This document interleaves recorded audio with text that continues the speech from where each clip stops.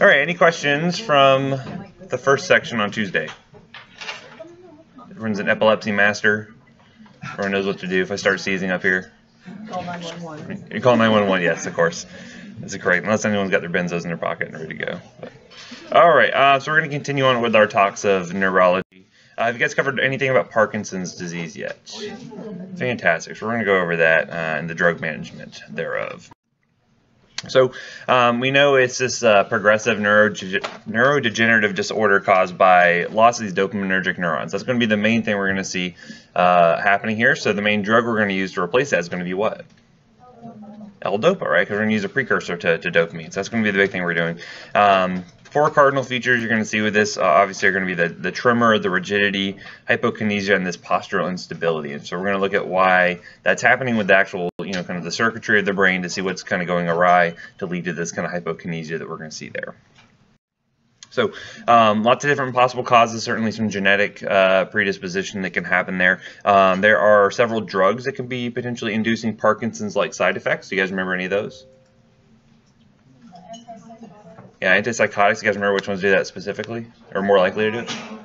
Haloperidol is a big one. Fluphenazine, so it's high-potency D2 blockers, right? So anything that's really blocking dopamine 2 receptors, you're more likely going to see these kinds of side effects. Atypicals do it less frequently, but certainly anything depleting dopamine can do this, right? There's also some chemicals that can do this as well. So some of them will cause kind of direct damage to the brain, so things like carbon monoxide, methanol, hydrogen sulfide. Has anyone heard of this chemical called MPTP? This is an interesting one. So back in the day when there were some street chemists that were out there that were trying to make like their own kind of versions of Demerol and different drugs like that, this one guy ended up forming this product called MPTP. And so when he ended up using it, what he did not realize is it would fry every single dopaminergic neuron basically in his nigrostriatal tract. Okay, so what happens to like really severe Parkinson's patients? What do they look like? Yeah, like catatonic. So basically, they found this guy catatonic, not able to initiate any sort of movement, and so it was very sad for him. Maybe he should not have been producing his own chemicals. But on the other hand, though, we have this new product now that you can actually induce kind of Parkinson's-like models in animals. Like, so you can do this in like rats and whatnot to kind of fry their neurons. So that way, a lot of research about Parkinson's disease came about from this guy kind of producing his own stuff. So a little interesting tidbit of background there. But lots of different causes for Parkinson's to occur, but regardless, it'll be treated the same. So mainly you're going to see that the substantia nigra has these dopaminergic projections that are ultimately going to end up projecting into the striatum. And so the striatum is going to have two different neuron types. We're going to see we have stimulatory neurons, which are going to be D1. Have D1 receptors, and you're going to see there's inhibitory ones that have D2 receptors. Okay, so this is important because when you end up limiting the amount of dopamine hitting these receptors, this is when you get the movement disorders that's going to occur there. So have you guys seen a picture similar to this? Yes. Probably. You guys understand a picture similar to this? More or less. More or less. Fantastic. Well, we're going to go real briefly. Yeah, so I'll just skip it. Yeah, just assume you guys know all this. No, we can't do that. So anyway, so here's our substantia nigra, right? So this is where we're seeing these projections onto the D1 and the D2 receptors. Lines that are in black are going to be inhibitory signals, and lines that are in red are going to be excitatory signals, right? So things like GABAergic neurons are going to be inhibitory or excitatory?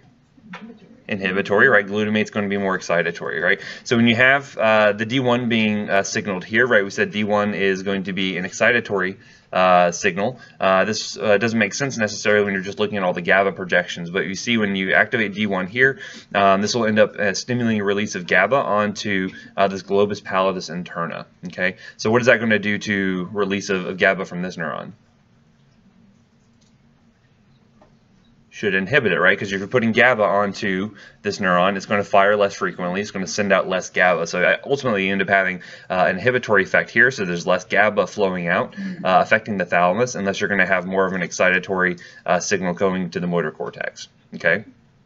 So by basically turning off this particular neuron, you're going to end up having excitatory function. You're going to have movement, right? On the other hand, if you were to activate the D2 receptors here, this one's going to end up signaling GABA. This is going to end up affecting the globus pallidus externa, which will cause less release of GABA onto the substantia nigra. And then from here, you're going to end up having more glutamate. So So more glutamate will come out. I end up stimulating this GABA here, and so you get that nice balance, right? So if my frontal cortex says I should move across the room, I can initiate that movement pretty well. Okay, so that's what happens in normal functioning people. Remember with me so far? Okay. So to compare that, when you're looking at someone who has a depletion of those dopaminergic neurons, you're going to have less activity overall on both the D1 and the D2 receptors. Essentially what that means is you're having less GABA coming out from this neuron, which means that this one's going to be more likely to send out more GABA here, so you have more of an inhibitory effect on the thalamus. Okay, so that's going to make it more difficult for you to initiate those movements, which is why you see that kind of hypokinesia that happens there, that shuffling gait, more difficult for them to initiate those movements. Similarly on this D2, this one is still going to have some activity, so you'll have more GABA here, which will end up inhibiting this neuron, so the glutamate is not going to have as much activity there. Or, I'm sorry, you're going to have more glutaminergic activity here, which again is going to just have more GABA coming out. So all of it's going to lead to the thalamus having more inhibitory actions on it, more difficult to initiate those movements. Make sense? Okay. So to kind of show the opposite of that, if you had something like Huntington's, right? So Huntington's, what's kind of the main feature of their disease? Yeah, so they're overexcitable. They're having too much movement associated with kind of what their frontal cortex is kind of inputting. So this is related again to kind of an imbalance with dopamine, mainly with having kind of a lack of this inhibitory pathway here. So you get a little bit more of the stimulatory. This one's kind of left unchecked, and so you end up having less of an inhibitory effect on the thalamus, which makes it more likely to see movements, right? So opposite effects happening here, and this kind of makes sense when you look at the treatment for the disease. Several things you can do, like blocking dopamine, can certainly work on this. The only drug that's really marketed specifically for Huntington's is this tetrabenazine, which actually works to deplete catecholamine stores. So if you deplete things like dopamine, you kind of have a better balance of the system and will lead to less of those kind of involuntary movements that's occurring there. Of course, depleting catecholamines is never a good thing. You end up seeing a lot of side effects associated with that. We see the same thing with older drugs like reserpine that deplete catecholamines. But if you have less serotonin, less norepinephrine, you get really bummed out, you get suicidal, hypotension becomes a big issue. So a lot of side effects associated with that, which is why it's difficult to manage these kind of conditions, right? So Huntington's is kind of the opposite effect here. And when we're looking at some of the drugs that we're giving for Parkinson's, like levodopa, you're going to see issues when you get levels of that too high and you have too much dopamine activity. You can almost see effects similar to Huntington's, where they're having involuntary movements associated with that. So keep that in the back of your mind when we look at some of the effects of these drugs. So the other key feature here is that when you have decreased activity of dopamine, this is where you get the rigidity and the hypokinesia. You also end up having an increased amount of acetylcholine being released. Okay, because normally this is kind of a seesaw, kind of a nice balance here. Inhibit dopamine activity, you're going to have more acetylcholine activity. So that's where you see that kind of the fine tremor, right? Because you have the acetylcholine affecting, the skeletal muscle. That's where you can see that motor, that fine tremor there. This is kind of the same thing that's happening when we talked about acute dystonic reactions with our dopamine blockers. You end up inhibiting dopamine activity, so you see an increase in the acetylcholine activity. Do you remember how we treated acute dystonic reactions? Yeah, Benadryl. We give them an anticholinergic. So basically, you're just kind of helping to restore this balance by giving an anticholinergic. And so that'll be important when we talk about treating tremors associated with Parkinson's specifically. So how is dopamine produced within the CNS? So say we just have a very kind of basic dopaminergic neuron here. And how this works is that normally you're going to have precursors entering into the neuron. So you have things like phenylalanine or L-tyrosine. This is, we normally get a lot of these being either produced within the CNS or from our diet, these amino acids. Eventually, it's going to get converted over into L-dopa, which we know is a precursor, which is the same thing as levodopa. It'll be important as far as therapy goes. That gets metabolized by an enzyme called catecholamine O-methyltransferase, or this COMT. So we're going to see some drugs that actually work by inhibiting this enzyme specifically, right? That allows L-dopa to stick around for longer. More of it can end up being converted by this LAAD over into dopamine, where it can then be functional, right? It can be put in these vesicles, or it can be released and cause movement and whatnot. The other enzyme of importance here that metabolizes dopamine is this monoamine oxidase B, right? So we talked about monoamine oxidase previously. Where did we talk about that at? Yeah, for depression meds. So we saw things like phenelzine that were kind of non-specific inhibitors of monoamine oxidase A and B, but here we're going to be looking at drugs that specifically inhibit monoamine oxidase B. Okay, so we'll talk about that as well. So by inhibiting one or either of these enzymes, you can end up causing increased levels of dopamine, and so the dopamine will stick around for longer, and thus you're going to have better movement, right? So we're going to see, we're seeing kind of multiple mechanisms here that we can use to treat Parkinson's. We can either give more L-DOPA, we can either inhibit COMT, or we can inhibit monoamine oxidase B. All of these are going to be fine methods in order to kind of reestablish normal dopamine function. So we mentioned kind of the major signs and symptoms you're going to be seeing here. Certainly there's lots of other motor symptoms that can develop from this as well. I won't get too far into detail on this because you guys have probably already covered a lot of this. The issues that you can run into as well are going to be some other things that may require treatment, things like incontinence or constipation. All of that can be related back to kind of the imbalance with the dopamine there. The mental status changes can be very difficult as well because, again, if your patient is not able to be compliant with your medication regimen, obviously they're going to have worse outcomes. Depression, sleep disturbances, all these things may also require other medications in order to treat that as well. So just keep in mind the comorbidities, keep in mind to watch your patient's kind of quality of life as things go on and how to manage that appropriately. So the diagnosis, so how do you diagnose Parkinson's? Is there like a lab test you can do? Not really, right? So not really a lab test we can do necessarily. Most often it's going to be done just based on signs and symptoms, right? So they present to you, they're having, pill rolling, they're having the shuffling gait, all these things. You can pretty clearly pick someone out who has Parkinson's. Other things you can do potentially are going to be some of these kind of provocative tests where you can give a medication to see if they respond. So for instance, if I were to give levodopa to a patient who had Parkinson's, what do you think their symptoms would do? They should get better, right? So it would be a good thing to say, okay, well, I gave L-DOPA, or I gave this another drug that's a dopamine agonist called apomorphine. I gave that. All of a sudden, the patient's symptoms get better. That's another pretty good sign they have Parkinson's. So that would be some of the things you can use to help you as a diagnostic. We'll talk about those drugs in more detail a little bit later. So obviously our goals here are to help to minimize or reverse functional disability. So we'd like to slow down the progression of the disease if possible. You're going to see we don't have a ton of great drugs to do that. So it's, very similar to other disease states. We can't ever stop progression or reverse things. We can only kind of help slow it down a little bit. And then for the most part, most of the drugs we're going to use are really just used for symptomatic management. Okay, so we don't have a ton of things that kind of slow down progression, but we can use them to kind of help restore normal function. So some non-pharmacologic therapies you can use, lots of education, good support, PT, OT, speech therapy, things like that can all be useful for them. Certain surgical interventions, which I won't get into too much detail with. And then finally we'll get down to the drugs. So as far as pharmacologic therapy goes, we're going to have drugs that you can use more in early uncomplicated disease, and then you're going to have late complicated Parkinson's, which the management is going to differ quite a bit.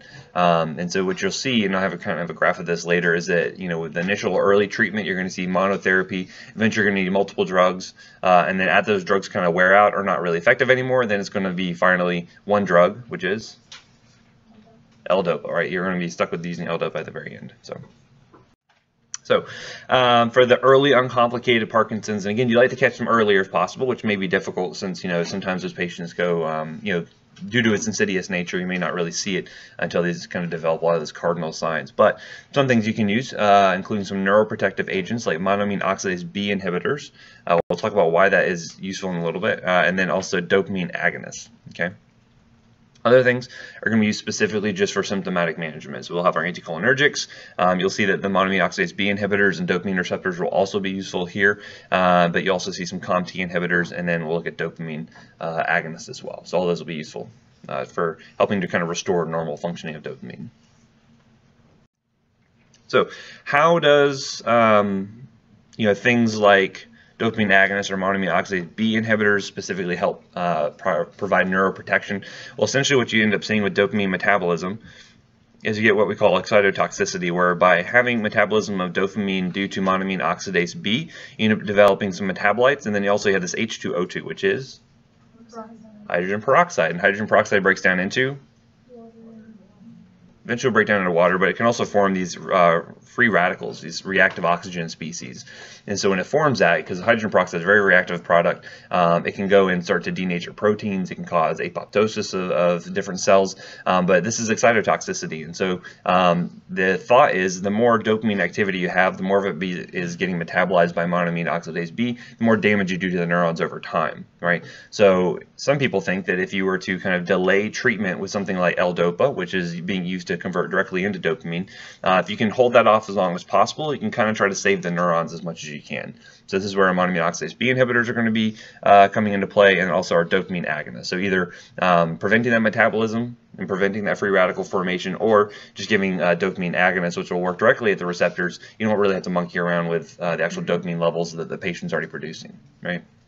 So a couple ways we can do that. How absolutely useful that's going to be, hard to say, but certainly for those early on patients, you can get away with using monotherapy with one of these agents to kind of help deal with their symptoms and also hopefully have some neuroprotective effects.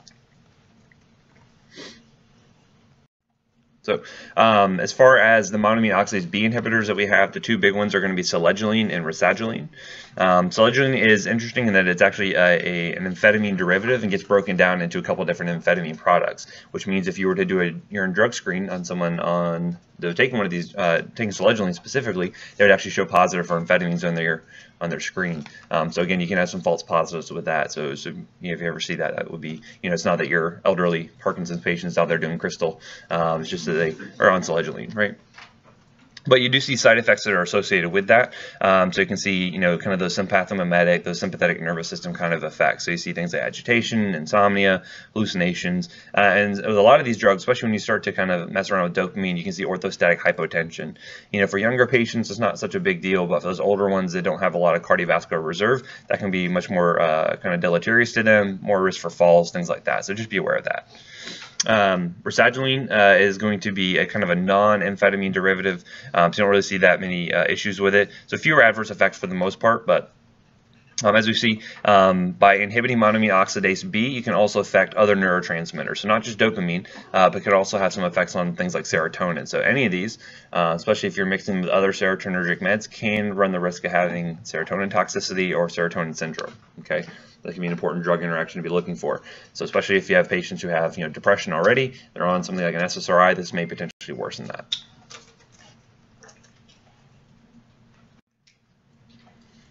So again, they can be used as monotherapy for Parkinson's disease. As far as contraindications go, again, you want to be careful mixing these with other drugs that have kind of stimulatory action. So looking at sympathomimetics like other amphetamines, ephedra, even dextromethorphan, what is dextromethorphan?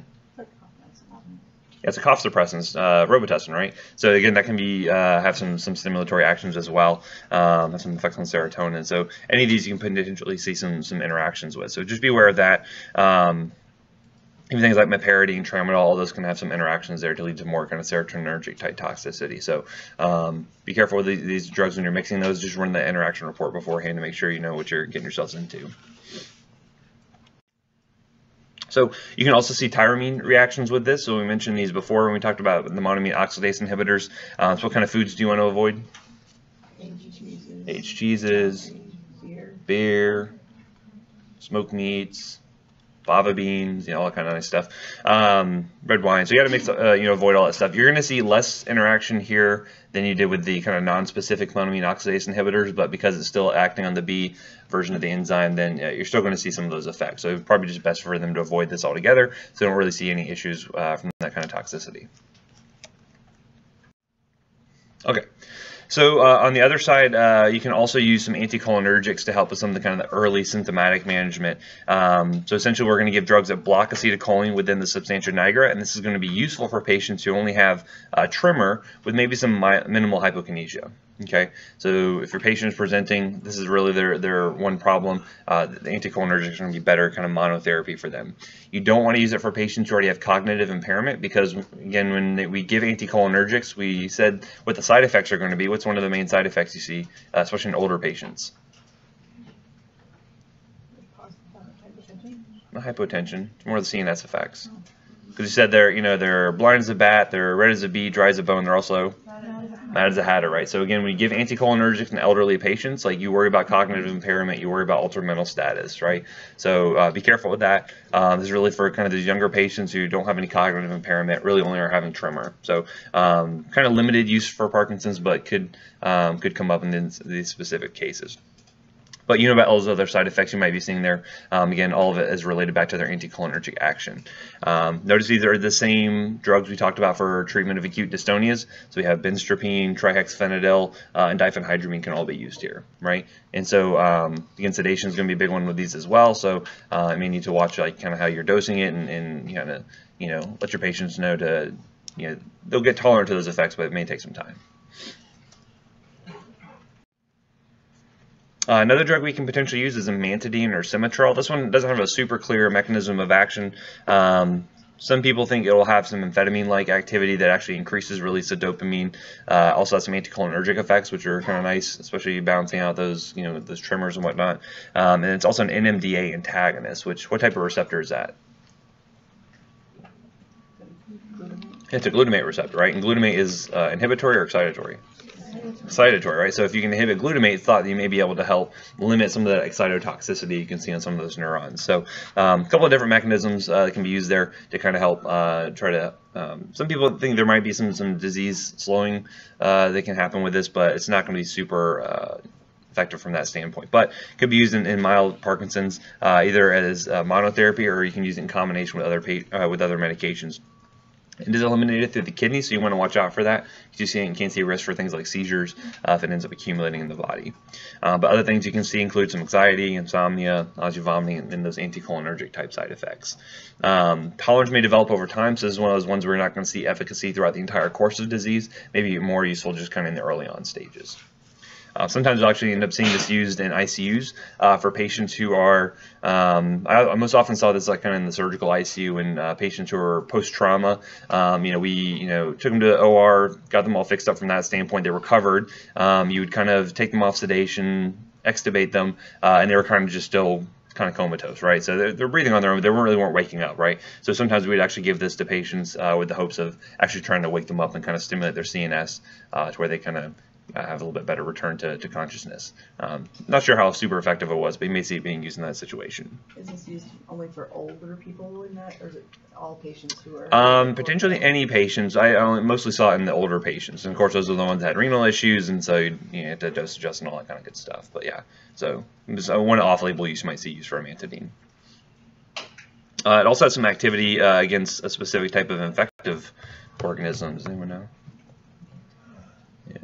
Actually has some antiviral type of effects. You may see it have some activity against influenza. So maybe one thing you see there. Okay, so we can also use our dopamine agonists. Again, these could be neuroprotective as well, because we're not having to give as much dopamine or things like L-dopa in order to increase dopamine levels. They're just acting specifically on the receptors themselves. So we'll talk about the ergots, and then there's going to be non-ergot derivatives as well. Does anyone know where the ergots come from? It's not plant. But if you took it out to a party, it'd be a real fun guy.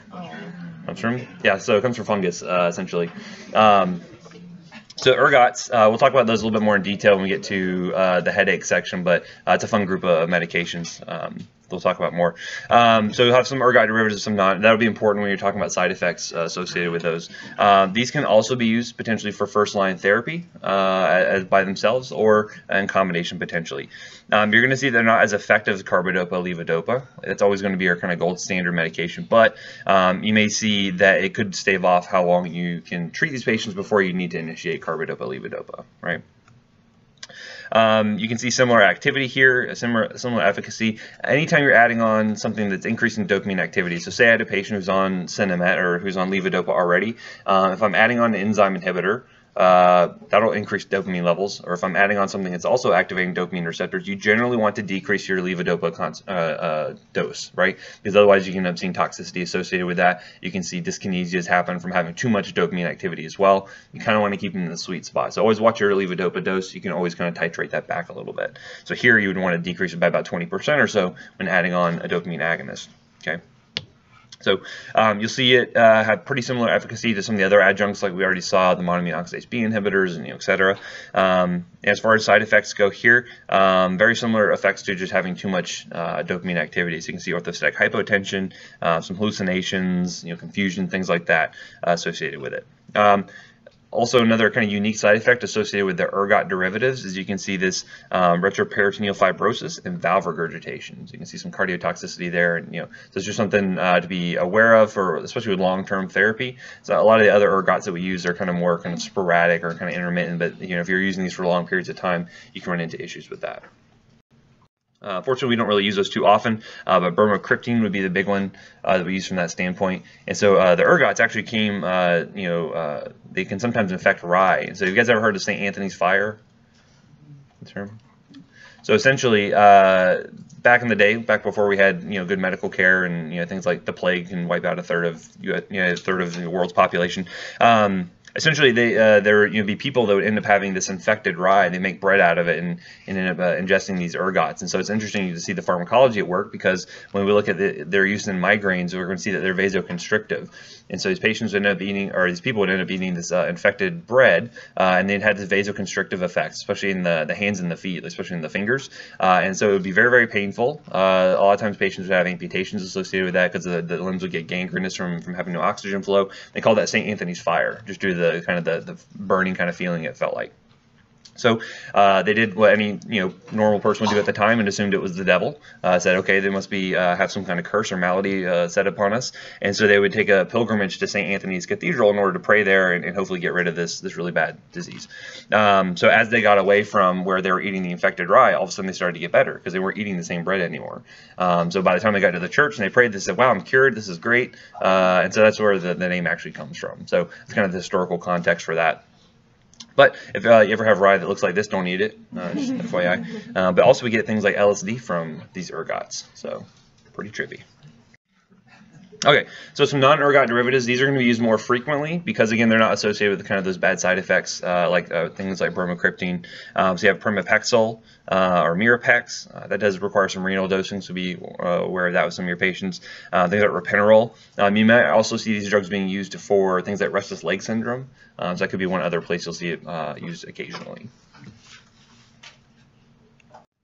Okay, one other non-ergot derivative dopamine agonist we have here is apomorphine. Again, most often this is used as more of kind of a diagnostic test. You can give this to patients, give it subcutaneously and see how they respond to it.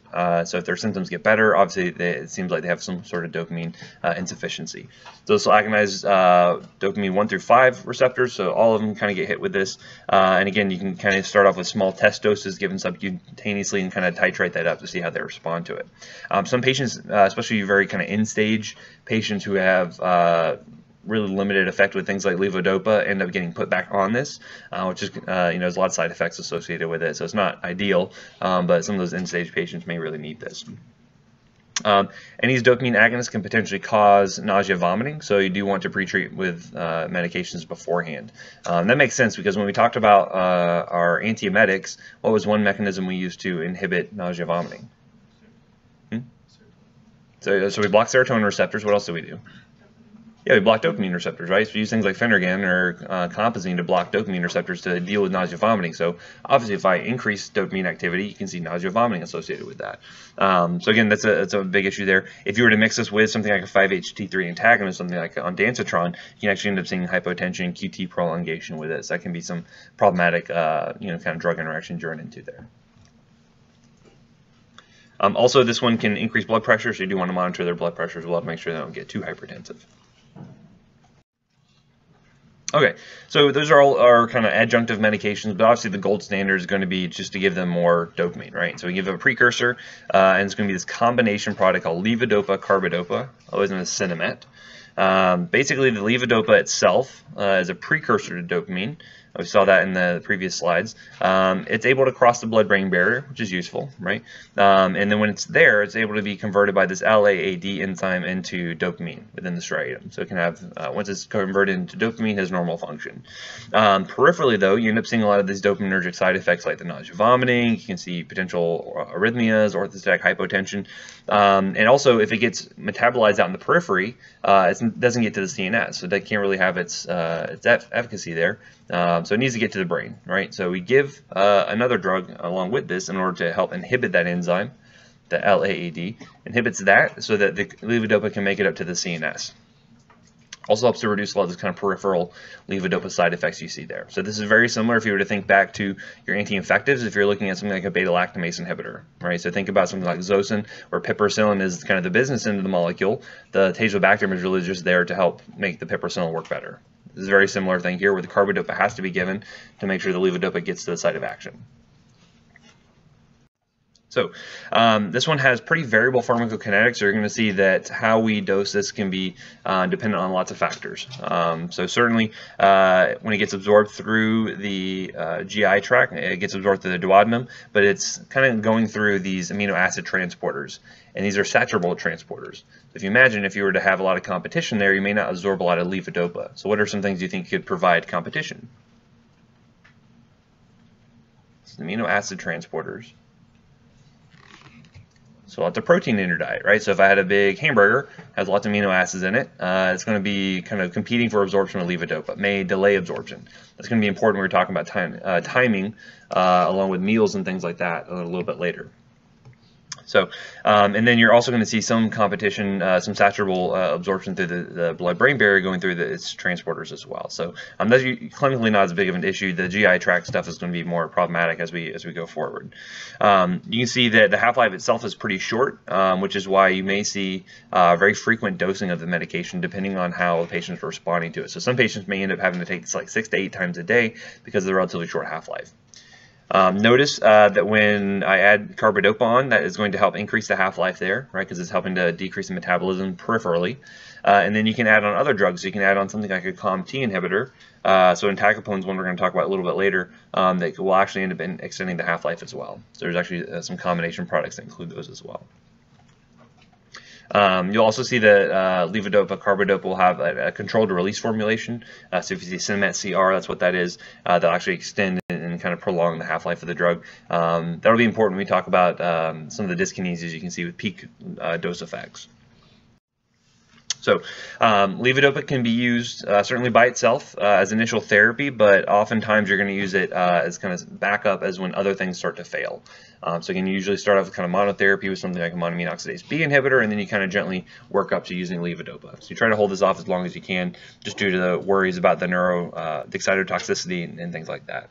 But this is going to be the most effective drug for these patients, and eventually all patients are going to require this at some point. Okay, so it's kind of just something's going to have to happen. Did I mention that movie Awakenings to you guys? Okay, so I think one of my other students said that was on Netflix. So you should go check that out. So it's really cool to see when these patients actually get the levodopa, carbidopa, to see how they actually respond and go from being like catatonic to actually like functional. So definitely at least check out that scene. Obviously, adverse effects we already mentioned are going to be related back to the dopamine activity, so nausea, vomiting, dyskinesias, which can be related to kind of too high of an effect, which we'll look at that in just a little bit. But you can see things like hallucinations, insomnia, the orthostatic hypotension can be problematic as well. So again, you'll see the combination here. It will be expressed as levodopa, carbidopa, as both having a different milligram amount. Generally, you're going to start low and kind of titrate up to see how they respond to it. You're really just trying to balance between the efficacy of the drug and the side effects you're going to see. So it's going to be kind of a gentle titration there to see where they can tolerate it. Obviously, the CR formulation has a longer duration of action, so you typically would give this less frequently. Say something like twice a day versus at least at a minimum TID for the regular Cinemat. And then for patients, we mentioned that they can have a lot of motor dysfunction, especially dysphagia can be a problem for them. So they can end up having issues swallowing. So you can actually use an oral disintegrating tablet there. The Parcopa is one option for them if they have problems swallowing. So Again, as we mentioned, there's kind of some controversy about when you should initiate this. As we mentioned, the more dopamine metabolism you have, the more free radicals are formed. So that's thought to lead to that cytotoxicity. And you're also going to more likely see dyskinesias with levodopa. So because of that, that's why we normally end up kind of holding on using that as best we can. So again, I mentioned the neuroprotective effects with the dopamine agonists and also the monoamine oxidase B inhibitors. So one other drug you can use to help kind of augment the effects of dopamine is going to be the COMT inhibitors. So this is working to inhibit peripheral COMT to increase the central levodopa concentrations and prolong the half-life. Really, this is only going to be used as adjunctive therapy when the patient's already receiving levodopa. So you're not going to give this to a patient who's just having kind of early symptoms. This is not going to be used as monotherapy. It's only going to be added on to levodopa. Typically, like I mentioned, anytime you're adding on an enzyme inhibitor, you want to decrease your dose of levodopa to make sure they don't have any of those dyskinesias develop. And then you do not want to use this in combination with the monoamine oxidase A inhibitor, okay, because you just end up having too much dopamine activity, so just avoid the combination altogether. Adverse effects, again, are going to be more from the potentiation of dopamine. So you saw those side effects previously. These are just going to be the same across the board there, but this one can also change the color of the urine to kind of a brown orangish color. So let your patients know about that anytime you're changing the color of their urine or their poop, because otherwise they could get pretty freaked out. The two drugs in this category, the tolcapone, we don't really use anymore due to black box warnings due to hepatotoxicity. So really it's going to be entacapone is the main one you're going to see used there. Again, dose it along with carbidopa, levodopa, and there's actually even a combination product called Stalevo, which has all three of them already put together. So it could be one way to kind of help decrease the complexity of their dosing regimen, make it a little bit easier for them to get their doses in. So, a sample kind of treatment algorithm, how you might decide how to treat a patient with Parkinson's. Again, it's all going to be kind of a stepwise approach. So, once you have the actual diagnosis itself, you're looking kind of at the symptoms that are present, right? So, for instance, if they're not really having any kind of significant impairment whatsoever, you consider adding on something like rasagiline, which we said is what type of drug? It's one of those monoamine oxidase B inhibitors, right? So the idea by using that is maybe it's going to be neuroprotective. Maybe we can kind of help spare those dopaminergic neurons for as long as we can. So if they're not really having a lot of symptoms, that could be one option to go with. Then if you're going to look down and see if they're just having tremor by itself, if they're younger patients, less than 65, you can consider using anticholinergic. So something like trihexyphenidyl, benztropine could be good options for them. Obviously, if they're older patients, you worry about that kind of change in mentation, the altered mental status associated with anticholinergics. So because of that, that's when you can go straight on to using something like carbidopa, levodopa. Okay. Because again, giving a monoamine oxidase B inhibitor or giving a dopamine agonist is not really going to fix the tremor effects you're going to see there.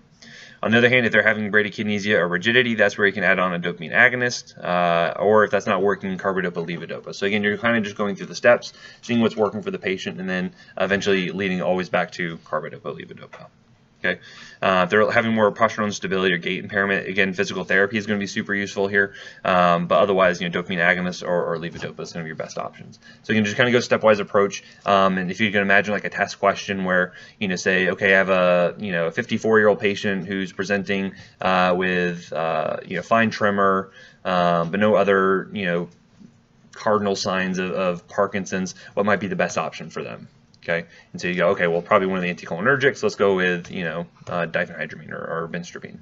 So if they are presenting with just the tremors and you give it an anticholinergic, you wouldn't want to offer any kind of neuroprotection because they're already kind of too far gone, or? That depends. That's a good question. So if you feel that they might potentially benefit, so especially if they're having like maybe some mild hypokinesia along with that, then you can consider adding on something like a monoamine oxidase B inhibitor. Yeah, it's a good question. So I don't know that there's any right answer to that definitively, because again, some people even question how good of a neuroprotective effect you're necessarily getting from that, right? So some people might just put them on anticholinergic, and then once they start to have more of the kind of those cardinal signs, then you would put them on levodopa, carbidopa, right? So someone who probably treats Parkinson's kind of day in and day out will probably have a better answer for that one. Yeah. Good question, though. So again, as I mentioned, kind of the progression of pharmacotherapy with these patients, you kind of start off early on with just monotherapy. So you can get away with an anticholinergic, you can get away with a dopamine agonist or monoamine oxidase B inhibitor. Things are good for a while, right? As they get kind of progressively more destruction of those neurons, things are going to require polytherapy, right? So then we start to add on different medications together. Certainly, if someone's having some hypokinesia along with the tremors, you could certainly use an anticholinergic plus monoamine oxidase B inhibitor. That's totally fine. But eventually, they're all going to require levodopa, right? So this is where we call, eventually, once everything kind of starts to wear off, you're going to end up eventually back at monotherapy with the levodopa. And they also have what we call this levodopa honeymoon. So essentially, because we know how effective levodopa is, you'll have these patients who are on kind of other therapies that progressively kind of getting worse, and you're seeing that the drugs are not being as effective. And so as soon as you put them on levodopa, things automatically just get better for them, right? A lot of their symptoms are being managed much better because the drug is so effective. But we know that's only going to be temporary, and things will eventually kind of taper off as the drug gets less effective, and you're going to be more likely to see some issues along with that, which we'll talk about in just a minute. But again, monotherapy is always going to kind of be the end goal there, where you have just levodopa, carbidopa being given kind of at maximal doses. So there's lots of motor fluctuations you can have associated with kind of late complications of PD. So you can have kind of where the drug maybe wears off too soon, so the duration of action is not going to be as long. You can have delayed onset of action to the drug. We'll look at some graphs to kind of show you what that looks like. And they can have these kind of freezing effects, kind of these refractory symptoms that develop from the drug kind of being less effective over time. Also, the dyskinesias associated with the drug having too high of a level can be problematic, and so we'll look at when that's likely to occur as well.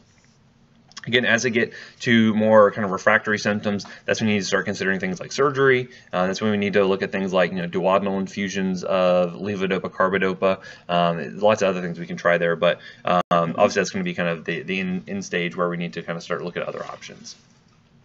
So this is a good graph to kind of show you how things kind of progress as Parkinson's disease gets worse. So initially, early on, we look kind of early at Parkinson's disease, you can see the levels of carbidopa, levodopa as they increase, right? Or specifically levodopa here. Normally, a patient will have some sort of response threshold where once you're above this level, they can start to see positive effects on their symptoms, right? So things are getting better for them. And you have a pretty high dyskinesia threshold where you're going to see more side effects associated with those things, right? So there's almost more like Huntington types of effects where they're going to have kind of involuntary movements associated with too much dopamine activity. So we like to avoid the dyskinesia. We want to have efficacy as long as possible, right? Pretty easy early on we're treating these patients. As you kind of move forward in time, as you get to more kind of progressive loss of those dopaminergic neurons, you kind of see that threshold for dyskinesia start to get lower and lower.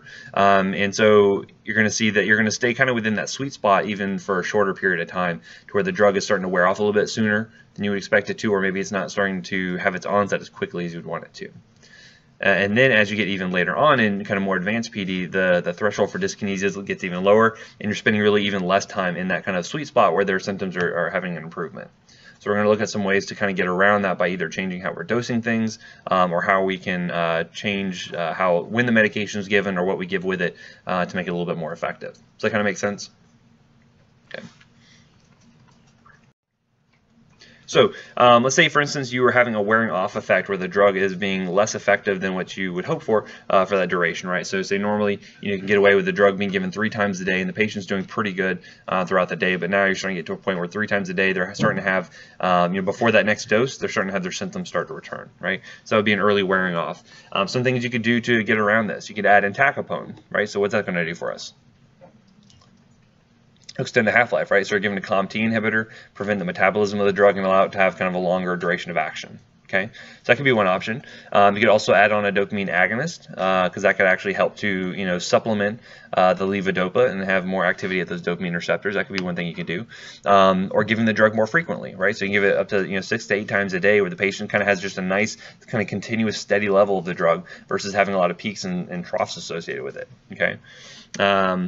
You could potentially use oral solution. That might be useful for some patients, especially if they have problems swallowing tablets. That can help to have a little bit more steady absorption. Monoamine oxidase B inhibitors could be useful here as well. And then even using a controlled release formulation, where again that's going to not have such a high peak effect, but it's going to have a kind of a more steady kind of plateau-like effect, and gently drop off due to that controlled release type format, right? And then for some patients, they may require, this is more kind of severe end-stage patients where they require apomorphine injections, or they may actually get a duodenal levodopa infusion. So that would just have a continuous application of levodopa into the duodenum to be absorbed into the bloodstream. Okay, So again, that's going to be more for late stage patients. Hopefully you don't want to use this for most of them.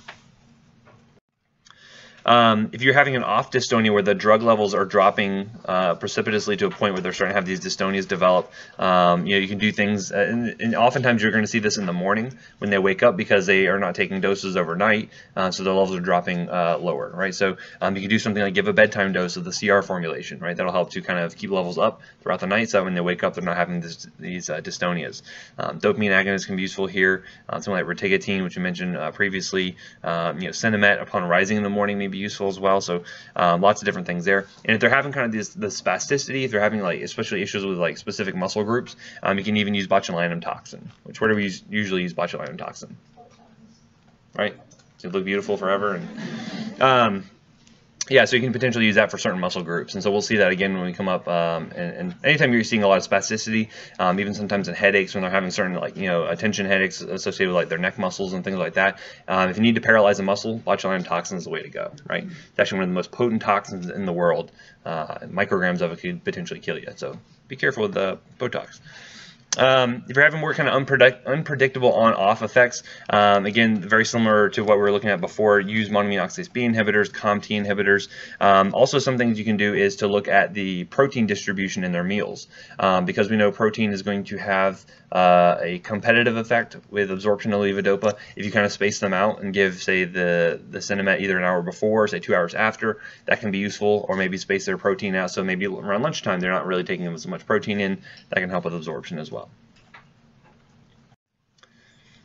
Again, if they're having a delayed onset of action, so it's taking longer for the drug to specifically have its effect, look for drug interactions. Look for things that are maybe causing the drug to be metabolized more quickly, or things that are inhibiting the absorption of the drug. Shame, shame. So other things you can do, like you mentioned, reducing protein in the diet to help limit that kind of competitive effect. Just increasing fiber, maybe adding a laxative, just kind of help things just be processed regularly through the GI tract can be useful there. Also discontinue anticholinergics, because what do anticholinergics do to the GI tract? Slow everything down, right? So again, this may help to increase the absorption by having kind of more peristalsis within the GI tract. Again, we already mentioned some of the other formulations you can try using. Again, always a stepwise approach, always trying to maximize your dose and looking at the kinetics of it to see if you can kind of get it to where they're absorbing a little bit better. So look for those kind of interactions there to try to avoid this.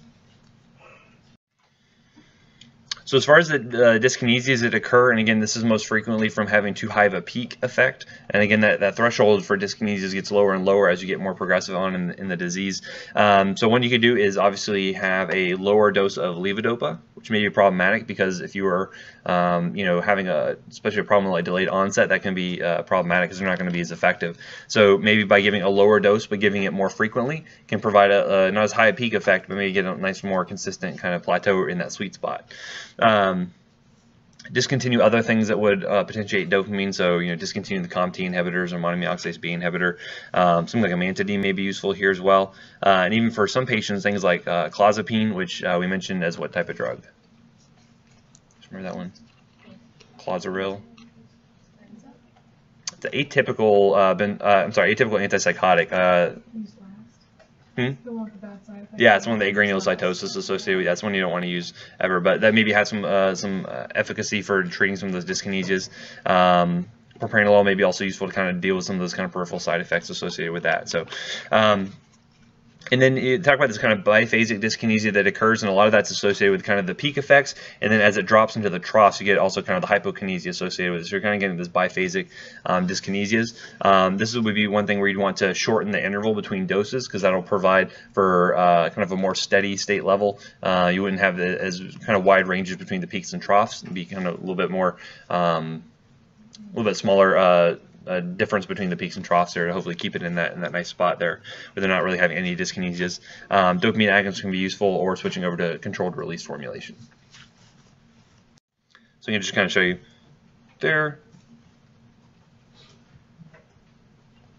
Right, so as your dose is increasing, you take an oral dose, you end up having a high peak effect, and then as you start to come off of it, you end up having this trough before your next dose comes along. So if I were to give this more frequently, say you give it every 2 hours instead of every 3 hours, you may end up having less of a trough effect, and if I give a lower dose, obviously less of a peak effect there. So hopefully I can just kind of keep it nice and steady right there in that sweet spot. So it can be kind of difficult to manage those patients. It requires pretty careful titration of their meds in order to help try to manage the side effects.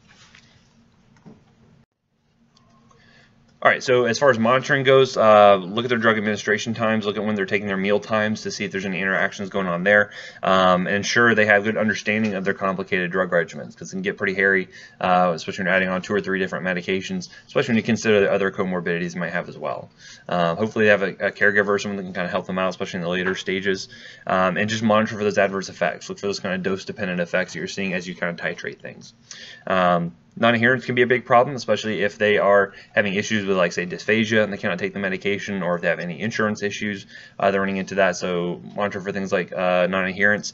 You know, even when you get to being more frequently administered drugs, you know, I can't even take a multivitamin 1 time a day, so I couldn't imagine trying to take, you know, send them at 8 times a day. So monitor for things like that. See how they can actually be compliant with their actual medications.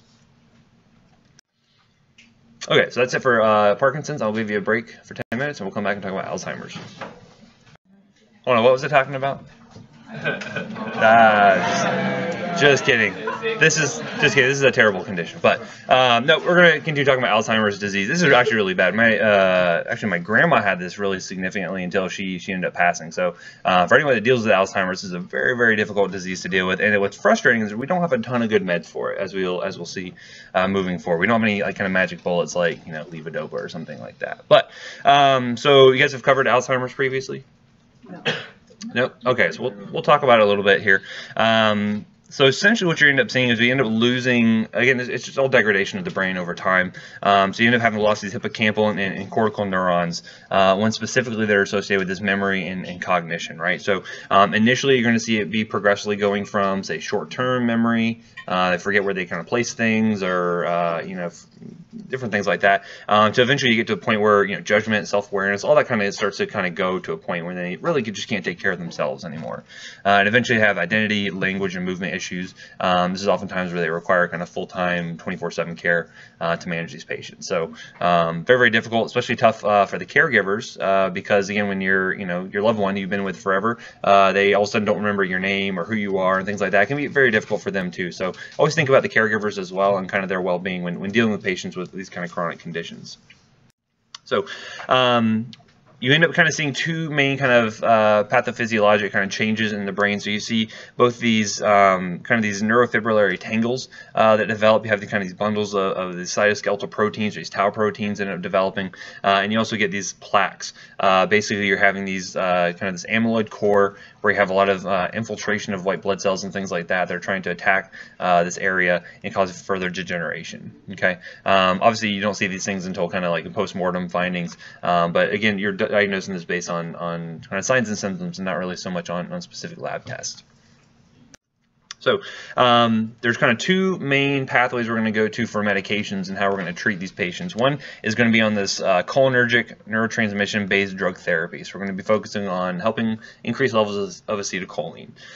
Because we know there's a progressive loss of these cholinergic neurons, and we have associated with this with decreases in memory and function, if we can increase levels of acetylcholine, hopefully have some better memory, right?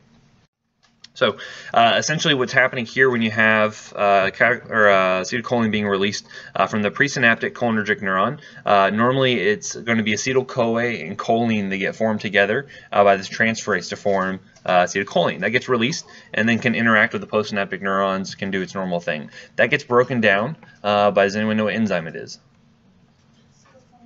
Acetylcholinesterase, right? So we're going to have acetylcholinesterase break that down into acetyl-CoA and choline again.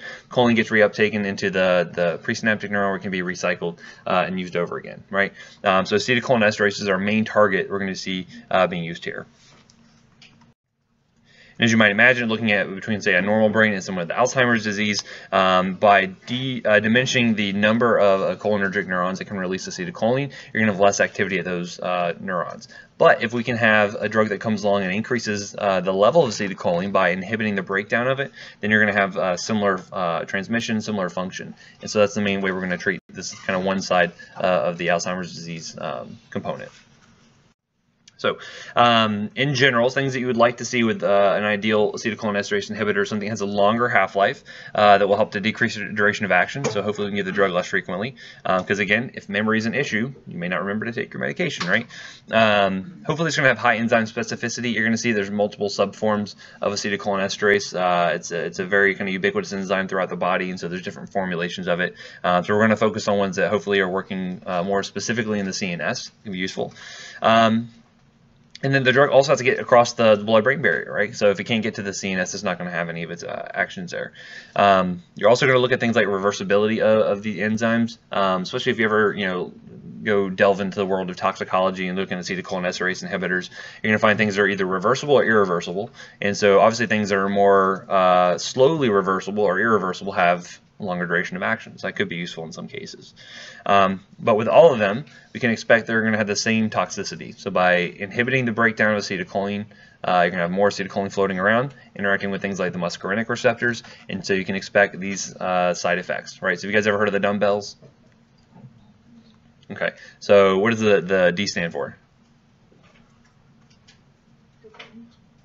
Okay, so you guys have heard sludge, right, for cholinergic side effects? Okay, so anytime you have too much acetylcholine on the muscarinic receptors, you can expect them to be leaking fluids out of every possible orifice, okay? So that's a good way to remember it. So the dumbbell stands for defecation, okay? So you have diarrhea associated with this, urination, so you're going to have incontinence. You can have meiosis, so typically the pupils get small and constricted. And then we have what we call the killer bees. These are often, and so we talk about more of this in the case when you have things like organophosphate, insecticide poisonings and whatnot, but this can still apply. You see bradycardia, right, because a muscarinic action on the heart is going to slow it down. You can see bronchorrhea, so you can have kind of fluid developing within the lungs, and bronchospasm. Those are the things we worry about most when we have those kind of poisonings. So that's what's going to kill the patient initially. And then the E is going to be for, anyone think? It's what you want to do when you come in for 8 o'clock classes. Emesis, right? Or it makes you want to throw up. L stands for lacrimation. And then anyone want to guess what the S is?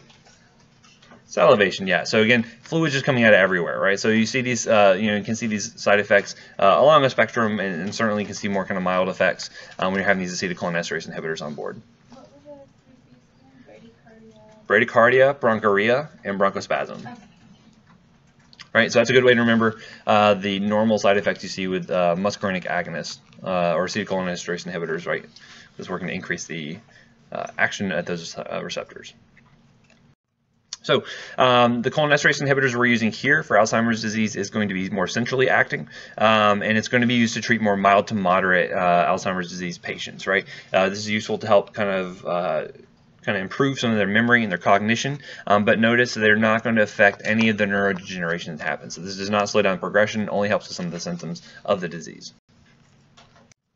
So we mentioned there's a couple of different isoforms of the enzyme itself, so you can see things like G1, G2, G4. Primarily, don't worry, get so focused on that. Just realize that we're trying to use drugs that are focusing more specifically on acetylcholinesterase. Some of them are going to have activity at this butyrylcholinesterase, which can be important in some of these glial cells.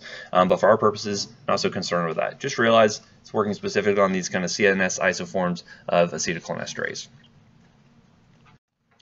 So we have a couple of different drugs that we can use here. We'll go into more of these on detail in just a second. But obviously, if you're looking at the drugs and looking at their kinetics and their bioavailability, you can see how some of these kind of differ from one another, how some of these might be a little bit more preferable than others. So for instance, Tacrin, we don't really use anymore, but it kind of was the worst of all worlds. It's kind of one of the first drugs we had there because he has a pretty short plasma half-life, only 3 hours, not super great, low bioavailability. And then the big reason why we don't use it is due to the hepatotoxicity you see here. Also, you had to give it very frequently, lots of side effects associated with it because it wasn't very specific for those CNS acetylcholinesterase enzymes. So nowadays you have 3 other ones. You have things like donepezil, rivastigmine, and galantamine, which can all be utilized. Notice how rivastigmine only has a pretty short half-life. That'll make sense when we talk about in a second how that we can get around, even though it has a short half-life, how it still has a pretty good duration of action. So donepezil or Aricept is probably one of the more common ones you guys are probably familiar with. It's relatively specific for acetylcholinesterase, and it has a pretty long half-life. So this is nice. It only requires once daily dosing, so it's good for your patients. Not really any hepatotoxicity you see there. Very mild kind of peripheral cholinergic effects. So it's pretty well tolerated for the most part. And so you're going to see that it is metabolized by CYP2D6 and 3A4, so you do want to watch out for those CYP interactions in case you have something that's inhibiting or inducing those enzymes. And then you have rivastigmine or Exelon. This one does have a fairly short half-life, but the nice thing though is that it covalently binds to cholinesterase. So that covalent binding is very slowly reversible, and so it takes about 9 hours or so just for that drug to come off the enzyme. So even though the biological half-life of it is very short, once it binds on an enzyme, it stays stuck there for quite a while, and so this is why you can get away with something like twice daily dosing for the drug, right? So maybe not as ideal as the Aricept, but it still could be it's still reasonable. This one lacks a lot of the drug interactions you would see with something like an Aricept, so you don't have to worry about CYP interactions for the most part. And again, the nice thing here is just that it's kind of slow dissociation. Has a kind of a nice kind of titration effect to it if you were to discontinue use. And then you have galantamine or razidine. This one's very, very specific for acetylcholinesterase. Has a pretty moderate half-life, so you could get away with using twice daily dosing here, and it will have kind of pretty well tolerated for the most part. You're going to see here, though, that it does undergo metabolism by 3A4 and 2D6, so again, watch out for those drug interactions. So that's the acetylcholinesterase inhibitors. On the other side of this, we're going to have the glutamate idea of neurotoxicity. We already mentioned glutamate as being excitatory. When you have too much activity of glutamate on these neurons, they're going to lead to eventual degeneration, apoptosis, and kind of worsening of the disease. So if we can do things that can block the activities of glutamate, hopefully we can help spare those neurons for some period of time. So if anything, these might be slightly neuroprotective for those patients and trying to help kind of save those neurons as long as possible.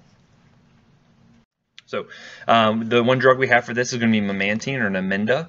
This one is an NMDA glutamate receptor antagonist. Right, so similar to what we saw with something like amantadine. This is going to be more for moderate to severe cases of Alzheimer's disease, and helps to kind of improve some of their cognitive function, hopefully kind of helps them retain their ability to do daily activities of living. And again, it's well tolerated by most patients, not a ton of side effects associated with it.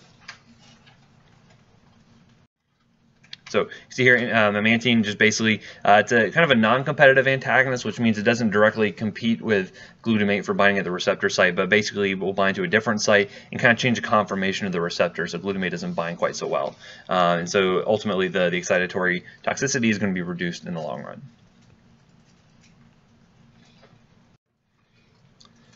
So this one has a fairly long half-life, so around 60 to 80 hours, which is nice, and levels stay up for a good long time. So single-day dosing is going to be used here, and really minimal adverse effects, not a ton of drug interactions. So again, hopefully it's neuroprotective, but if anything, at least can help provide some cognitive function for those patients. So that's it. We don't have a ton of meds for Alzheimer's disease, but really it's all kind of symptomatic management for the most part. So kind of start off with your acetylcholinesterase inhibitors kind of early on in the disease, and as things get progressively worse, then you can potentially add on the Namenda. Any questions on that?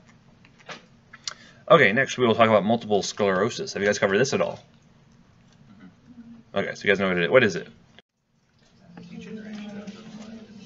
Good. Yeah, so it's basically inflammation in the CNS. We're causing demyelination of the neurons. So what is myelin important for? Good. They help speed along action potentials along the neurons. If you end up decreasing that myelin sheath, then you have less active propagation of those action potentials. Things slow down. It's generally bad, right? So you're going to see that this is treated very similar to some of our other rheumatologic conditions. You're going to see that, especially for acute inflammation, what's kind of our mainstay of therapy, do you think? Steroids. We're going to use lots of steroids, and then we're also going to see there's going to be some disease-modifying medications as well. We haven't covered rheumatoid arthritis yet, right? Not in here. Yeah, not in here. We'll see very similar drugs being used, but I just want to make sure I don't miss out on any of the important topics there. But anywho, so again, when you have a patient with MS, again, it's usually kind of difficult to make that determination early on unless you have kind of obvious signs of things like this plaques and things like that you can see on scans. But initially, you're going to be making kind of the diagnosis based on symptomatology generally. But again, we know that a lot of the damage is occurring due to this kind of immune cell infiltration into the spinal cord, causing the damage to the neurons over the long term, demyelinating them, leading to a lot of these plaques and whatnot that end up occurring here. So obviously, the immune system is a big thing we're going to be focusing on. If we can help limit the activity of the immune system, be able to limit the inflammation at the neurons, and hopefully limit the ultimate damage being done in the long term. So there's kind of three categories of therapy that we're going to be looking at for treating MS. So initially, we're going to see treatment for acute exacerbations. Hopefully, the idea here is we can shorten the duration and kind of lessen the severity of the attack, right? Because how do these attacks kind of manifest? What do patients kind of look like? Tired, trouble walking, on pain associated with it potentially, right? So again, if we can help lessen the severity of the attack, that's going to be beneficial for them. And then we're going to look at our disease-modifying therapy. So these are going to be more kind of long-term chronic meds that help to delay the progression of disease. And so there's actually some newer meds in this category, which are kind of helping to change a lot about the way we treat MS. So it'll be nice to look at those. And then there's just going to be symptomatic management, where we're looking at just kind of helping improve their quality of life. So we'll look at some non-specific meds there. So again, minimize long-term disability is our goal and improve quality of life. So for exacerbations, again, we already mentioned corticosteroids are going to be our go-to. Typically, you can't really get away with oral therapy unless it's a very mild kind of exacerbation. But for example, more IV methylprednisolone could be a very good go-to if you're having kind of an acute flare-up. Typically, you need to give this for anywhere between 3 to 10 days, depending on how they're responding to it. The idea here is you help to kind of decrease a lot of the inflammation that's occurring kind of from the top of the pyramid down, and help limit a lot of the edema that's occurring at the areas of demyelination, right? How come we don't use this for kind of chronic management and try to help delay progression of disease with these drugs? Side effects of the course. Yeah, Steroids. side effects. So steroids have bad side effects, right? So we know all the side effects there. So what are some examples? Infection, hirsutism, osteoporosis, weight gain, hypertension, worsened glycemic control, all those different things. We don't like to use that. Mood changes. So really, this is only going to be for acute exacerbations. We're using these corticosteroids. Notice it can take kind of a delayed onset to actual action. So for some patients, it may be really 2 weeks or you want to use it within the initial 2 weeks, but it can take really 3 to 5 days before you start to see true improvements with that. So it can take some time to really deal with a lot of the inflammation. And even some severe cases where they're being kind of refractory to corticosteroids, might even have to have a plasma exchange where they try to get rid of a lot of the inflammatory cytokines and whatnot. So kind of more severe refractory patients may require that. But so once you have that kind of dealt with, and if you treat a patient with, say, 10 days worth of IV methylprednisolone, do you have to worry about tapering them? 10 days? Probably not. Yeah, if it's over a week, over 5 days, you want to go ahead and taper them, right? So that would require switching over to like an oral taper of the medication to make sure they don't experience adrenal insufficiency, right? So adrenal insufficiency is the thing we want to avoid there. So that's why we do the tapers for those. So moving on to the more chronic management, this is where we have our disease-modifying therapy. Therapy here is going to be based on, one, you're looking kind of the clinical predictors of how severe their disease has gotten, and then we're also going to look at some of the safety and tolerability of current therapies. And so before we had some of these newer agents come on board, a lot of the drugs we had were pretty crummy. A lot of side effects associated with them, very difficult, very expensive meds to treat with, so they were kind of terrible for the most part. And those are the first generation agents we're going to talk about there.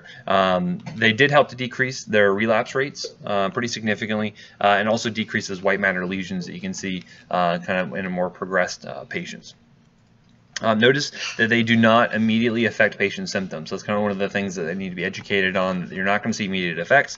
Some patients may even take 1 to 2 years before you really start to see full efficacy of the drugs. So they're kind of taking these drugs chronically, dealing with all the side effects before they really see any benefit to it. So it's going to be very problematic from that standpoint.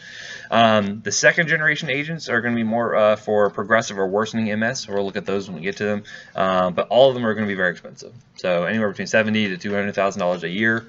Minimum for these drugs, right? So super, super expensive.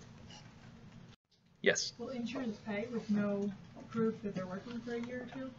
Yes, because we do know the drugs work. We just know that it takes time, right? So it could be one of those things where, especially with the newer agents, some of the ones we're looking at, where they're obviously going to be very expensive as well. Insurance may not cover the newer agents, may require the patient to be on some of these older ones. So it just depends on what their kind of insurance coverage is and what they're willing to pay for. Yeah. The first kind of drugs we had here are going to be our interferons. There's a couple different varieties here. Is interferon beta 1b, 1a can be used. Essentially, we don't know the real reason why these are working. They're thought to be immunomodulatory, which is what people say when they don't know what they're talking about, but they say it modulates the immune system. That's what it does. But ideally, it's thought to kind of affect suppressor cell function, activate some of these lymphocytes, and it helps decrease some of that T cell proliferation and decrease that blood-brain barrier permeability. So, and again, in the CNS, you're not producing your own white cells, right? So white cells have to cross the blood-brain barrier to get to the site of action. So if you can prevent that, then you can decrease that inflammation on the spinal cord. A lot of the drugs you're going to see are being used to help prevent the neutrophils from getting across the blood-brain barrier to have their site of action. Okay, so this is what's happening here.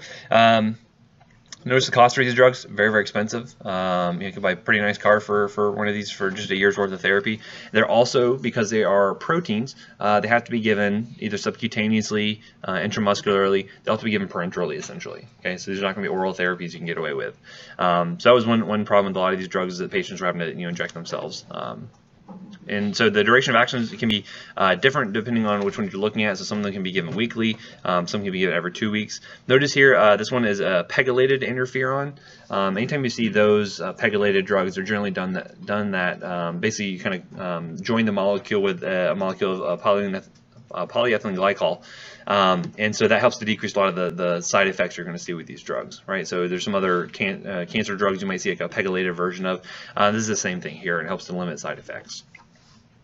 So what are the side effects you're going to expect to see? You can see some hepatotoxicity. So you want to monitor their baseline kind of LFTs and see how that can change over time. Make sure they're not having any kind of big jumps in their LFTs there.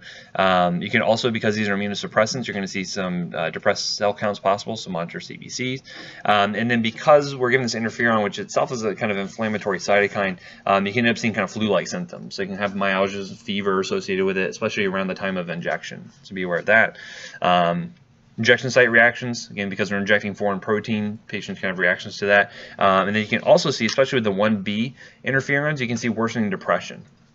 So of course, a patient who has disabilities due to MS, they could already be depressed beforehand. So you make sure you want to get that under control because it can worsen that, increase risk for suicidality, things like that. So you want to be making sure you have the patients kind of okay set up on their psychiatric side of things before you kind of initiate these drugs. You'll see interferons get used frequently, or they used to be used frequently for Hep C as well. And so I had one acquaintance who he had actually grown up very young in, I don't know if it was in Vietnam or I believe it was Vietnam, but essentially he ended up contracting Hep C from just routine medical care. They didn't really have good sterilization procedures on a lot of their stuff, so he ended up contracting that, unfortunately. And so he had to be put on interferon therapy. And so the mood swings and stuff that you can get with this medication can be very, very severe. And so it's very difficult to, his wife was, frequently saying, oh, he's got his interferon brain on right now. Like, he's just, kind of just being a pain in the butt, so to speak. So very kind of bad medications from this standpoint, from side effects, from cost standpoint. So it's nice we have newer medications that kind of obfuscate the use of these almost completely. So some other drugs we have, this is kind of an older one as well. This is glutamate. This one is actually a polypeptide of alanine, glutamic acid, lysine, and tyrosine. And so by putting those 4 amino acids together, essentially it is working to mimic the antigenic properties of this basic myelin basic protein. Okay, so by looking and kind of going as a imposter, so to speak, it's able to kind of interact with these T cells and prevent their activation. Okay, so it kind of looks like this MBP, and when it binds to it, prevents it from being activated in the first place. So less inflammation overall. This is also going to be an injectable product because it's a protein, so you wouldn't want to take it orally. Just get torn up by the stomach acids, and you're going to see onset of injection site reactions pretty frequently, and then you can also see this like chest tightness, flushing, and dyspnea that affects about 10% of patients. It can happen with any of the doses, so not just the first dose or subsequent doses, and it lasts about 20 minutes. And so this is a good education point because if you were to experience these symptoms, what would you think you're having? Probably a heart attack. So let them know that, okay, this is just a normal side effect of the drug. It does go away with some time. Some of the other agents we have include natalizumab. So this one is a humanized monoclonal antibody. You can tell that by the drug name, right? It's going to be directed at this very late antigen 1. So the very early antigen was not a good target, so we had to use the very late antigen. I'm just kidding. I don't know if there's a very early antigen, but we know there's a very late one at least. And so what this actually does is it kind of blocks the interaction between this VLA1 and there's also this CNS vascular cell adhesion molecule, this VCAM1. And so when those normally interact with one another, it allows for lymphocytes to cross the blood-brain barrier.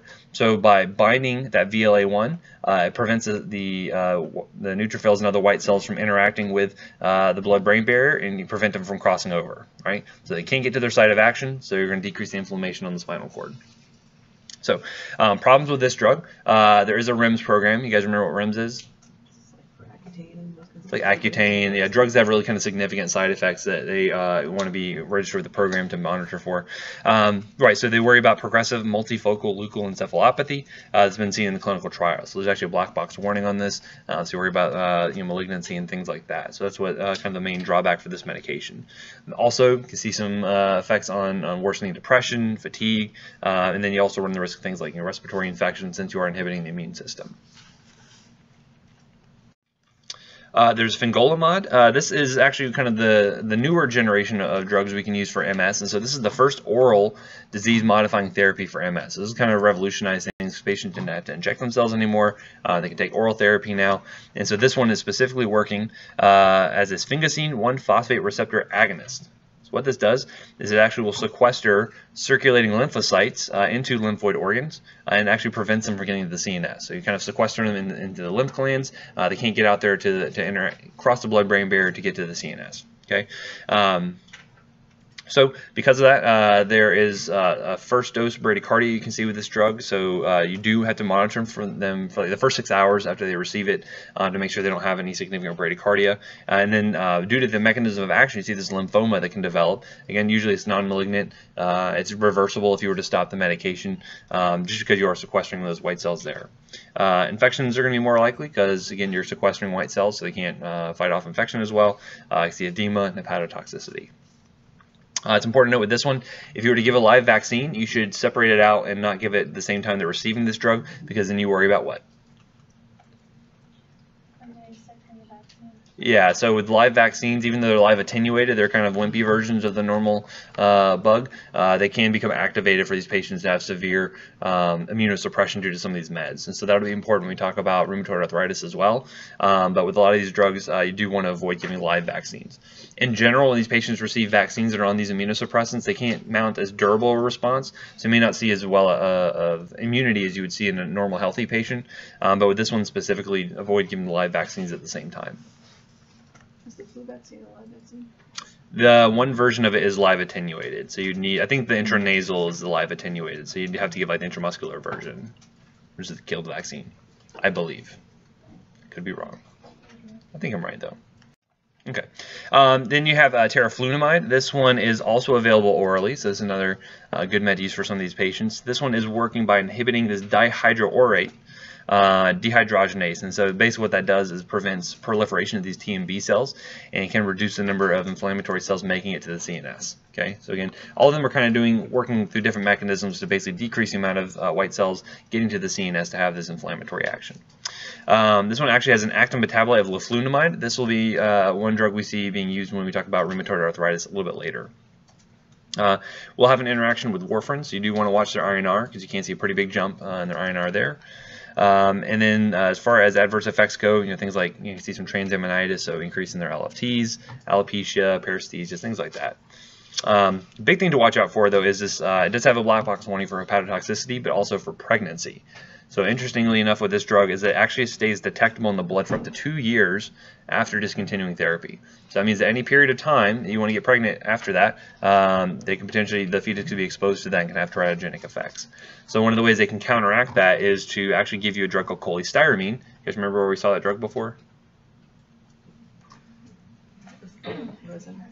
It's a bile acid sequestrant, right? So it's a resin. So that can actually kind of pull the drug out of the bloodstream through the GI tract and can lower levels more quickly. So it can give a cholestyramine washout and drop levels low enough so that way patients can potentially get pregnant again. Or they can at least attempt to have a pregnancy without the teratogenic effects.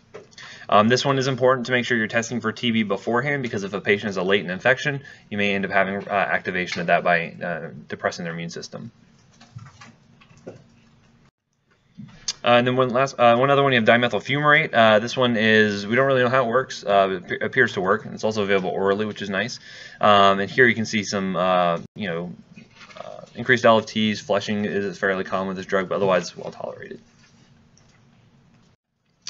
One other drug, I would probably recommend not using this drug ever if possible. This is probably more for kind of those refractory patients, is this alemtuzumab.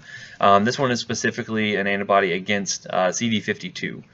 So by doing that, it actually causes, when it binds that up, causes cytolysis and apoptosis of those T and B cells. You end up seeing a lot of side effects associated with this, a lot of infusion reactions when injecting this, and you also have a lot of increased risk for things like respiratory, urinary tract infections, TB infections, viral infections, and then also about 30 to 40% of patients develop this autoimmune disease, either against the thyroid gland, against the pancreas. You can develop type 1 diabetes. Lots of problems with this drug, so I probably would never use this one unless they were refractory to basically everything else. So essentially the DMTs, so disease-modifying therapies, are going to be for those patients who have a kind of poor prognostic factors. It appears that they're going to be getting worse rather than better. And so early on you can end up using natalizumab, fingolimod, teriflunomide, or dimethyl fumarate as induction therapy to help control their symptoms. Okay, so you kind of use those to try to deal with those symptoms, try to get them under control, and you can maintain them on that. You're going to see that the side effects and the efficacies can vary pretty widely between patients, so not everyone's going to respond as well to one drug as another, so you just kind of have to try and see how they respond to them. And obviously patient preference for things like route of administration, insurance costs, all that kind of thing is important, and making sure they can actually adhere to the therapy. So, and then kind of as the third phase of treatment, we can do kind of symptomatic management of MS. For things like spasticity, you can see with this, you can use muscle relaxants, which, how do muscle relaxants like baclofen work?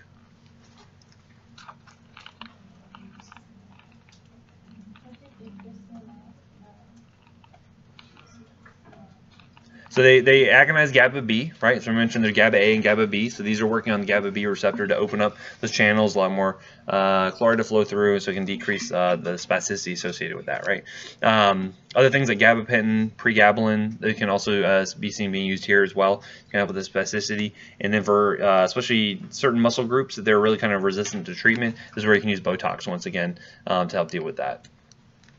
As far as bladder effects, again, you can see some issues with incontinence and whatnot, so you can use, we'll talk about these when we get to like a urology section. Have we covered urology yet? No, okay, when we get to urology section, we'll talk about these meds again, but these are anticholinergic drugs that basically help to kind of relax the detrusor muscles around the bladder to allow for kind of better filling. Some patients may require self-catheterization, but if they can get away with using some of these anticholinergics, that can be better for them. For sensory symptoms, some patients may require things like antiepileptics like phenytoin and carbamazepine. Tricyclic antidepressants have even been used for some of these patients with some success. And then for fatigue associated with this, we have a couple different drugs. So I mentioned the amantadine before, being used to kind of help wake patients up. That can sometimes be helpful with chronic fatigue. Then we have amphetamines, like things like your ADHD drugs may be sometimes used. And then have you guys ever heard of modafinil or armodafinil? So it's Nuvigil and Provigil are the two brand names. Essentially, they are used most frequently for patients who have kind of like shift work sleep disorder, where basically if you work overnights a lot, it's hard for you to kind of get back on a regular sleep cycle. These medications can be useful for helping kind of reset the patient, and so they can be sometimes useful for fatigue associated with those patients. So, any questions on that section? Yes? Teriflunomide with the teratogenic effects, is that passed on from men to women as well as anesthesia? I don't know that it goes from men to women necessarily, but also if you think about like who are most likely going to be your MS patients, yeah, it's going to be women anyway, so for the most part, but I'm not aware of it going from man to woman necessarily. Any other questions? Okay, so we're going to move on and talk about headaches. Hopefully I'll get finished with this section a little early, and that way we'll have some time for review in a couple weeks, right? So you guys like reviews, right? Mm-hmm. Yep. Although I heard you guys are ratting me out to other people saying that, oh, Professor Wood gives us reviews, and so I'm just saying, don't give me trouble with other faculty members here. It's bad. Otherwise I'll have to cut out the reviews. It's no good, so just kidding. Okay, so we're going to talk about several different headache types. We're going to talk about migraines first, and then we'll also mention things like tension headaches and cluster headaches. Have you guys covered anything about migraine disorders yet? I see some heads shaking. Yes, no, yes. Okay, well, we'll talk a little bit about it. Anywho, obviously you can have kind of different varieties of migraine. So, with aura, without aura. What are auras? Visual or sensory. Some kind of sensory input letting you know, hey, I'm about to have a migraine, right? So either phonophobia, photophobia, whatever happens to be. So those are auras. Chronic migraines, how we can manage those patients a little bit better, especially to make sure they're not overusing some of the medications we're going to look at. And then medication overuse migraine, if they use those medications too much, how do you work with them? And then we'll get into other types as well. So starting out with migraine. We do know that females typically end up getting affected by this a little bit more frequently, and you can look at the gender distribution. Typically, it's a little bit more even as far as when men have it, if they're going to have an aura or not, so they tend to be more frequent sufferers from that. The aura can be nice because if they know they're going to have a migraine, they can utilize their abortive therapy a little bit sooner, which can be useful to kind of avoid some of that pain. So we'll talk about abortive therapy in just a little bit. Notice the onset here is fairly young, so it's not infrequent that I will have patients at Nemours ED. It'll be 9 o'clock at night, but I see, a 15-year-old girl who's sitting in a dark room with some sunglasses on. I'm like, man, that is one cool kid. And I'm like, oh wait, she has a migraine. Never mind. No. But she has really bad photophobia, so she has to, wear sunglasses at nighttime. Yeah. Anywho, usually see that prevalence kind of peak around, 35 to 45 years of age or so, but usually you kind of see it more kind of early onset. So how is the migraine occurring? Well, kind of multiple step process here. The big things you're going to be seeing is that, some of it is thought to be the aura being related to kind of this kind of vasoconstriction that's happening initially in the brain. But the big problem where the pain actually comes from is the vasodilation, right? So see a lot of vasodilation, you have kind of local edema occurring, you're having pressure against things like the trigeminal nerve and other nerves, and that's what's leading to the pain. So as you might imagine, what do you think we're going to be treating this with? Vasoconstrictors, absolutely. So we're going to use vasoconstrictors to try to close down those vessels the best we can to kind of relieve that pressure. What happens if you close down those vessels too much? The brain goes to sleep. The brain goes to sleep? Or you have a stroke, right? So ischemic strokes are the big thing we worry about. So this would be super important. And so when you manage these patients, it's very, very important to figure out what they have already used, what they've tried in the past, what works for them, what doesn't work for them, because with some of these medications, it can be very dangerous to overuse them at the same time because you can see over vasoconstriction, right? So if I have a patient who had already used a vasoconstrictor at home, and now I give them another dose of it in the ED 2 hours later because their headache hasn't been resolved, I can see overconstriction there and see problems. Okay, so that's going to be one of the big things. Getting a good history from these patients is paramount. So we'll look at some non-pharmacologic therapy, but certainly OTC and prescription therapy are going to be our go-tos here for a lot of this. Behavioral therapy, obviously, if they have certain triggers that are triggering their headaches, stress management, relaxation training, biofeedback can all be super useful for select patients. If it's every time you're about to have a pharm test, you have a migraine, if you can just avoid pharm tests altogether, that may be useful, right? Look for triggers, so having a headache diary can be useful to look for specific things that may trigger them off. And then obviously, getting better sleep and rest and regular exercise can all be useful to help kind of limit their migraines. Some common food triggers you can see with this, alcohol, caffeine withdrawal can be a big one, pickled foods, MSG, all these different things could potentially lead them to have a trigger for one of their migraines. And then even environmental triggers like high altitude, loud noises, strong smells, all of that can trigger off some people depending on what they're kind of predisposed to.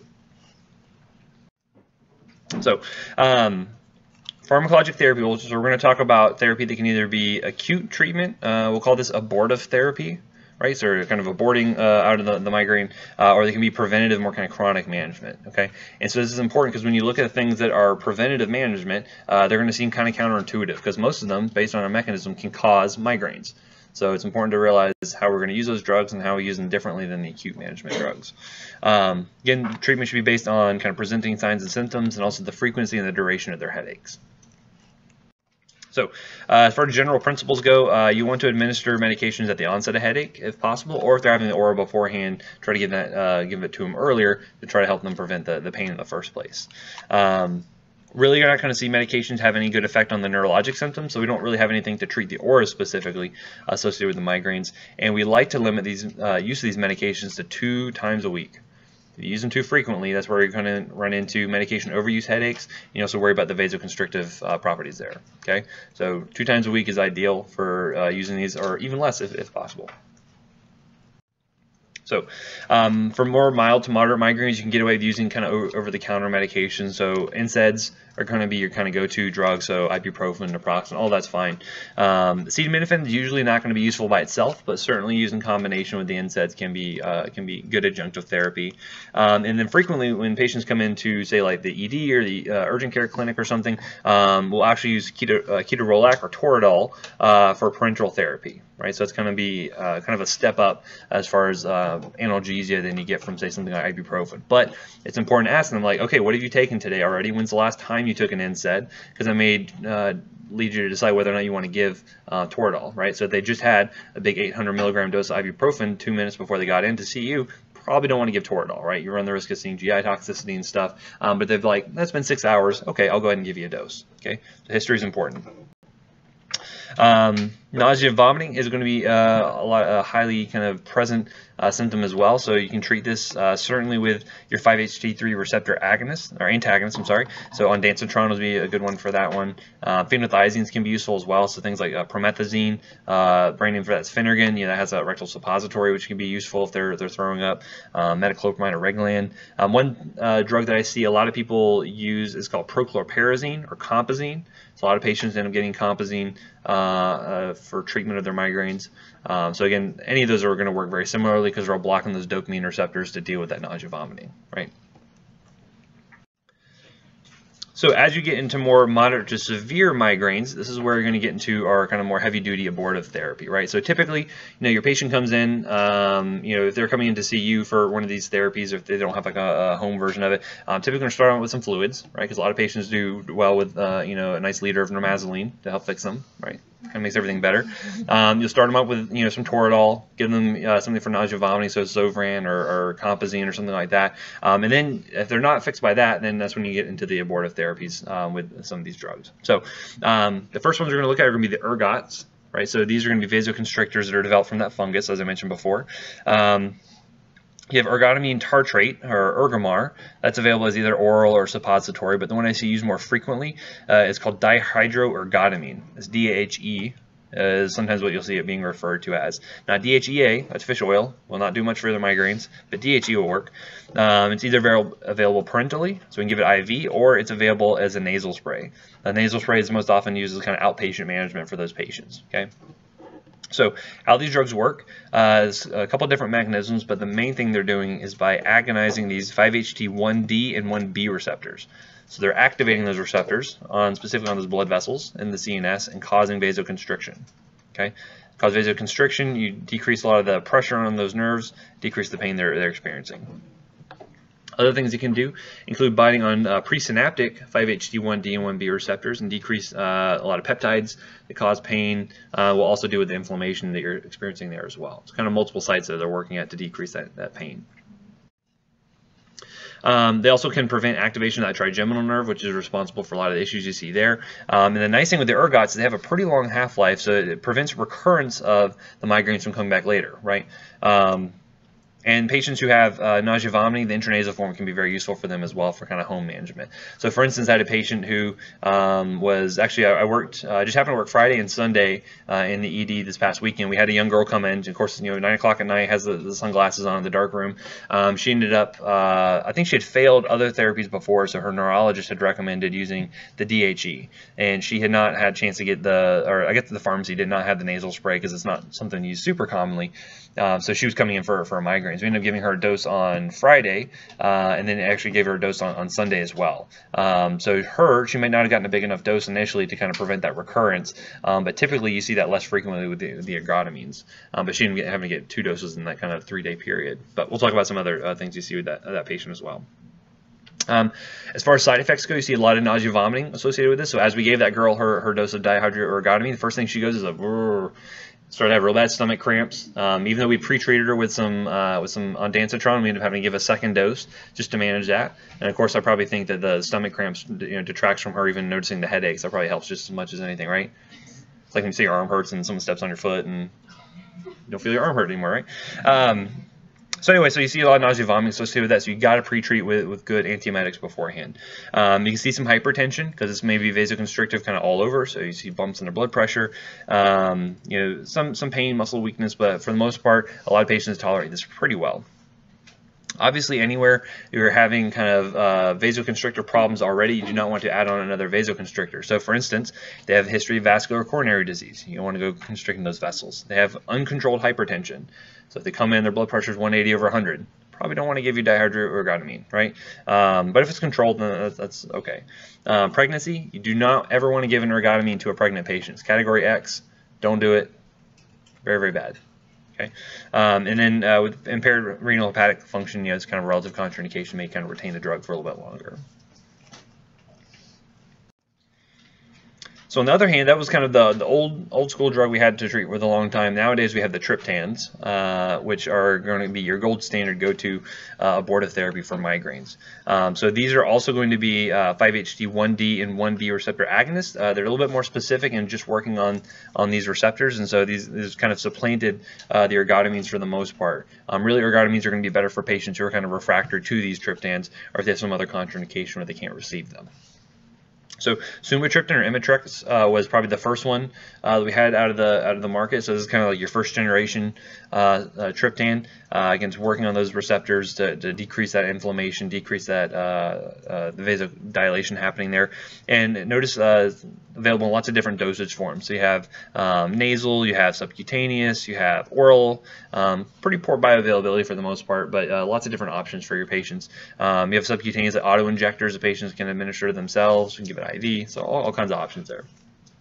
And then you have a lot of second generation agents that try to get around some of the shortcomings of Imitrex. So one of the things you also run into with Imitrex is that it has short duration of action, so you see more recurrence of migraines. So a lot of these other ones that we see coming along have longer durations of action, so you kind of get away with less recurrence of migraine, which is useful for your patients, right? So, as we mentioned, mechanism here is they're binding to these 5-HT1D and 1B receptors, so they're going to be vasoconstrictive, decreasing a lot of that pain, inflammation, and pressure on the trigeminal nerve. You're going to see this effective for a lot of patients. Around 85% or so respond to this pretty well, but 40% end up having recurrence within the same day with sumatriptan. So obviously that's problematic. They're having to come back to you again for another migraine. But that can be decreased with some of the longer-acting agents, things like Frova or Emerge are going to be a lot better for that. As far as side effects go, a lot of this is still related to the vasoconstrictive effect. So like you can see some chest symptoms, tightness, pressure, pain. So a lot of patients are going to experience this. So you just need to warn them about it. Say, hey, this will be passing. It's going to be fine. They can also have some paresthesias and asthenia and things like that.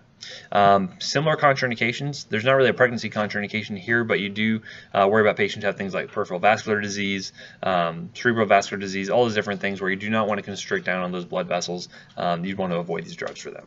Okay.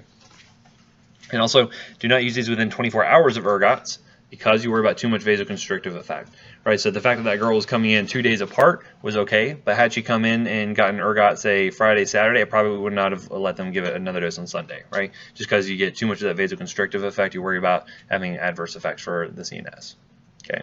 So again, make sure to ask what they've already taken, what they've tried in the past, see what works for them. Make sure you're not giving this within 24 hours of an ergot, vice versa. Okay, so I think I'm going to go ahead and cut it there. Any questions on what we covered today? All right, well, I will see you guys on Tuesday then.